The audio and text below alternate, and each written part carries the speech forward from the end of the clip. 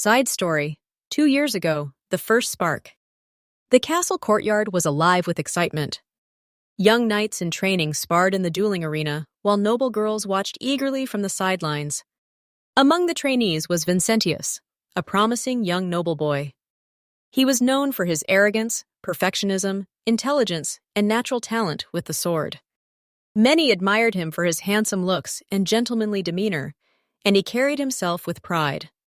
Up on the balcony, Princess Cara watched quietly.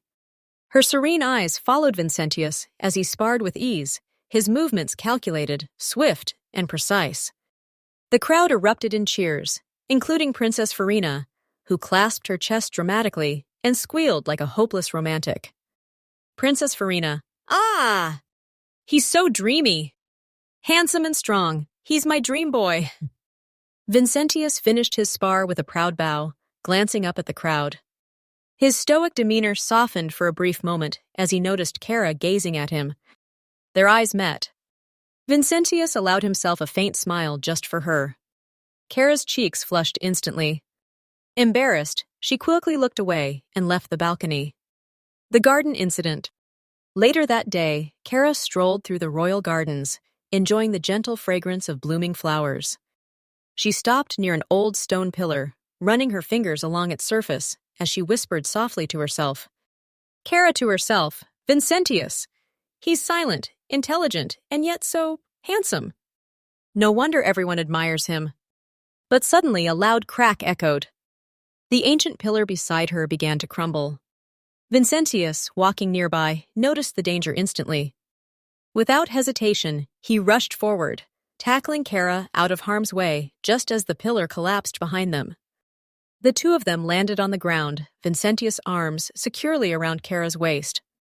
Their faces were barely an inch apart, eyes locked in stunned silence. Vincentius, "Your Highness, are you hurt?" Cara, blushing deeply, said, Thank you, Vincentius. If not for you, I could have been hurt or worse." Royal guards ran toward them in alarm. "Guard, Your Highness. Are you hurt?" "What happened?" "Cara, the old pillar collapsed, but Vincentius saved me in time. I owe him my life."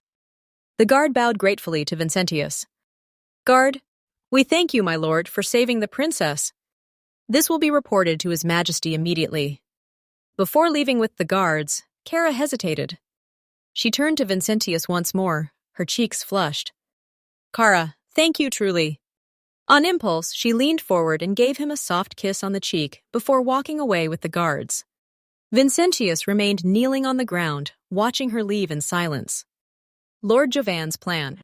As Vincentius stood beside the collapsed pillar, Lord Jovan, his father, approached with his usual stoic expression. Though emotionless in tone, there was pride in his eyes. "Lord Jovan, well done, my son. You saved the princess. Stay close to her. I will meet with the king to discuss a marriage arrangement for the future." Vincentius, "Yes, father. I will do as you say." The king's gratitude. Inside the throne room, King Francis was already questioning his guards about the incident.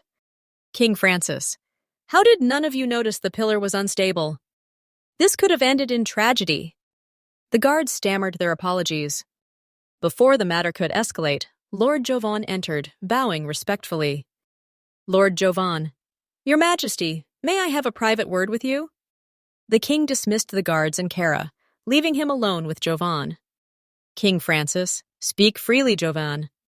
Lord Jovan, "Your Majesty, I propose an arrangement. A marriage between my son and Princess Cara.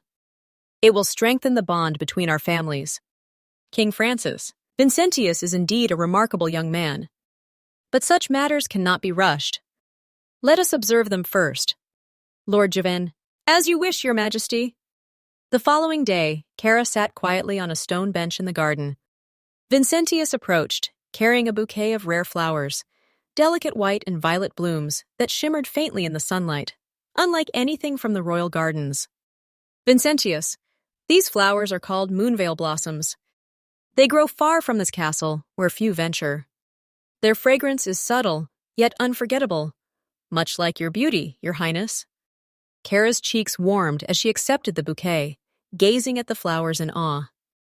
Cara, they're so lovely, and they smell wonderful too. Thank you, Vincentius. You're so sweet. Vincentius knelt on one knee, gently taking her hand. With quiet reverence, he kissed her knuckles softly. Cara's heart pounded as she smiled back at him. From a distance, Princess Farina watched silently, jealousy flickering in her eyes. Farina to herself, it should have been me, not her. But no matter, I will find someone just as handsome and strong. Maybe even better. Farina turned away, leaving without being noticed, as the bond between Cara and Vincentius began to blossom for the very first time.